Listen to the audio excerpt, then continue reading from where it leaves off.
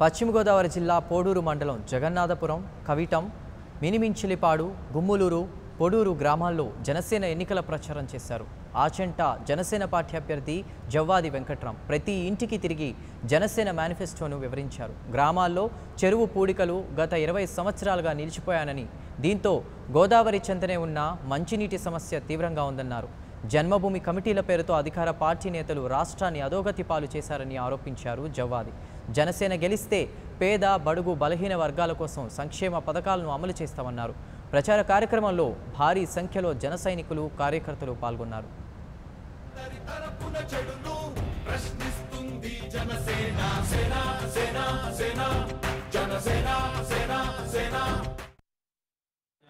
నేను ఆచరణ నియోజకవర్గం నుంచి ఎమ్మెల్యే అభ్యర్థిగా జనసేన తరఫున పోటీ చేస్తున్నాను.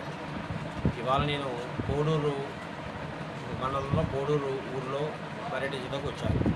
ఇక్కడ చూస్తుంటే వాళ్ళు ప్రధానంగా తాగునీటికి పనిచేయట్లేదు.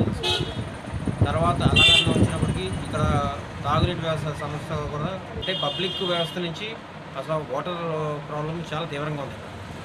తర్వాత ఇక్కడ డ్రైన్లు సీసీ రోడ్లు వేసారు. ఇక్కడ సీసీ రోడ్ల వల్ల డ్రైన్లు అన్నీ కూడా చెడిపోయినాయి. వాటిని సరి చేసి వేయటానికి తర్వాత ఇక్కడ వెలకలమ్మ చెరువు అన్నీ ఉంటాయి. ఆ చెరువు పూడికి తీసి కనీసం 20 సంవత్సరాల పైన అవుతుంది. అది ఒక డ్రింకింగ్ వాటర్ పర్పస్కి ఇంతకుముందు వాడేవారు. ఆ చెరువు పూర్తిగా పనికి రాకుండా పోయింది. పాలన చేసే వాళ్ళకి తీస్తున్నారు, కానీ చాలా ఇంజస్ట్గా జరిగింది.